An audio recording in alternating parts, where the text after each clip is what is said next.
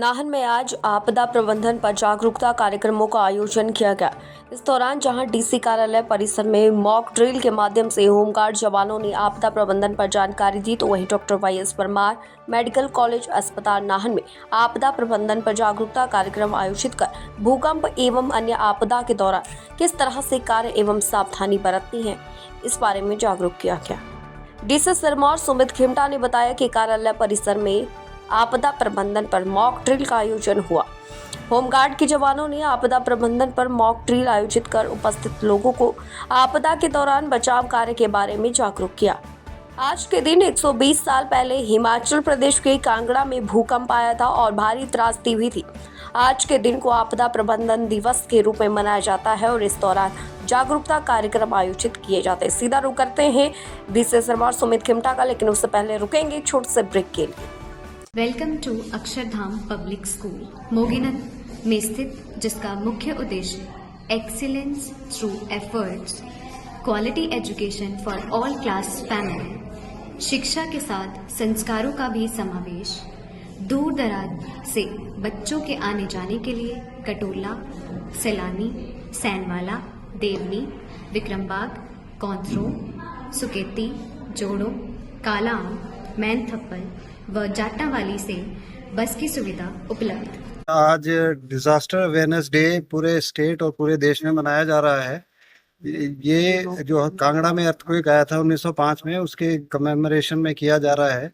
और साथ में इसका जो मेजर ऑब्जेक्टिव है वो अवेयरनेस जनरेशन और लोगों को सेंसिटाइज करना कि इन केस अगर ऐसी कोई आपदा आती है तो उस सिचुएशन में हमने कैसे बिहेव करना है और कैसे एक्ट करना है।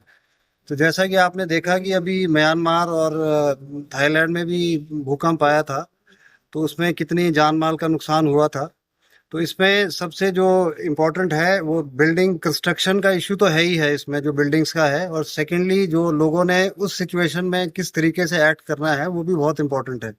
तो उसके रिगार्डिंग आज हमारे जो होमगार्ड के जवान थे, इन्होंने जो रेस्क्यू ऑपरेशन किया, ड्रिल यहाँ पे की, तो इस माध्यम से सभी को, जितने भी हमारे यहाँ पर एम्प्लॉयज हैं, सभी को अवेयरनेस जनरेशन किया इन्होंने कि ऐसी सिचुएशन में हम कैसे एक्ट करें। हर बच्चे का सपना होता है कुछ बड़ा करने का, और उनके सपनों को साकार करने के लिए चाहिए एक मजबूत नींव। करियर एकेडमी स्कूल लेकर आया है एक ऐसा मंच जहां शिक्षा और संस्कार मिलते हैं आधुनिकता के साथ। खेल, कला, संगीत और अन्य सह शैक्षणिक गतिविधियां आपके बच्चे के हर हुनर को संवारने के लिए तैयार हैं। तो आइए अपने बच्चे के भविष्य को उज्जवल बनाएं। आज ही करियर एकेडमी स्कूल से जुड़ें। अधिक जानकारी के लिए दिए गए नंबर पर संपर्क करें। 120 साल हुए हैं जो कांगड़ा में भूकंप आया था, बहुत बड़ी त्रासदी हुई थी। उस त्रासदी को लेकर ही एक जागरूकता के लिए ये ड्रिल की गई है, जिसमें हमने स्टाफ के उन लोगों को इन्वॉल्व किया जो उस समय इमरजेंसी ड्यूटीज पे इन्वॉल्व नहीं थे। मरीजों को इसमें इन्वॉल्व नहीं किया।